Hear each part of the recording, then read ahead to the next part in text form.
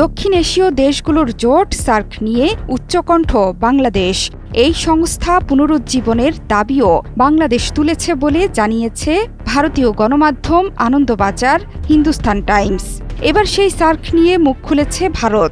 বাংলাদেশ ভারতের কাছে সার্ক কথাটা বললেও ভারত পাকিস্তানকে ইঙ্গিত করে স্পষ্ট করে জানিয়ে দিয়েছে এই ব্যাপারে তারা মোটেও আগ্রহী নয়। উল্টো বাংলাদেশকে জড়িয়ে সন্ত্রাসবাদের ইস্যু তুলেছেন ভারতের পররাষ্ট্রমন্ত্রী এস জয়শঙ্কর। ভারতীয় পত্রিকা হিন্দুস্তান টাইমস এ ব্যাপারে প্রতিবেদন প্রকাশ করেছে।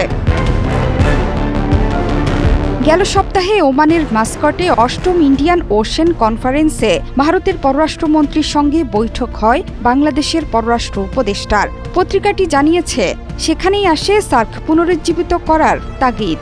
সার্ক নিয়ে বাংলাদেশকে স্পষ্ট বার্তা দিয়েছে ভারত। শুক্রবার ভারতের পররাষ্ট্র দপ্তরের মুখপাত্র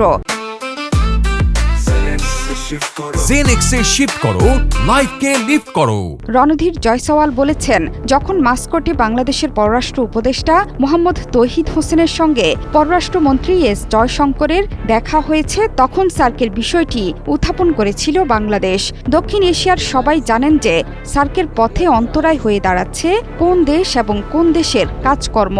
পররাষ্ট্রমন্ত্রী জানিয়েছেন যে সন্ত্রাসবাদের বিষয়টাকে যেন সাধারণভাবে না দেখে Bangladesh. South Asian association for regional cooperation বা সার্ক প্রায় ১০ বছর ধরে স্থবির হয়ে আছে সংস্থাটি। ২০১৬ সালে উরি হামলার পর থেকে আর হয়নি সার্কের স্ট্যান্ডিং কমিটির বৈঠক। ওই হামলার পরে ভারত এবং পাকিস্তানের মধ্যকার দ্বিপাক্ষিক সম্পর্ক তলানিতে ঠেকেছিল। এর মধ্যে আবার পাকিস্তানে সার্জিক্যাল স্ট্রাইক চালিয়েছিল ভারত। গুঁড়িয়ে দেওয়া হয়েছিল সন্ত্রাসীদের লঞ্চপ্যাড। ইন্ডিয়ান ওশেন কনফারেন্সে ভারতের পররাষ্ট্রমন্ত্রীর সঙ্গে বৈঠক হয় বাংলাদেশের পররাষ্ট্র উপদেষ্টার। সেই বৈঠকের পরে বাংলাদেশের পররাষ্ট্র মন্ত্রণালয় জানায়, সার্কের স্ট্যান্ডিং কমিটির বৈঠক ডাকার প্রয়োজনীয়তার উপরে জোর দেওয়া হয়েছে, আর সেই বিষয়ে নয়াদিল্লির সহায়তা চাওয়া হয়েছে। যদিও সেই বৈঠকের পরে ভারতের পররাষ্ট্রমন্ত্রী সার্কের বিষয়ে কোনো উচ্চবাচ্য করেনি। তিনি বলেছেন, বাংলাদেশের অন্তর্বর্তীকালীন সরকারের বৈদেশিক উপদেষ্টা মোহাম্মদ তৌহিদ হোসেনের সঙ্গে দেখা হলো। দ্বিপাক্ষিক সম্পর্কের পাশাপাশি বিমস্টেক নিয়েও আলোচনা করা হয়েছে। সম্প্রতি জম্মু কাশ্মীরের নিয়ন্ত্রণ রেখা অতিক্রম নিয়ে দুই দেশের মধ্যে চরম উত্তেজনা তৈরি হয়েছে।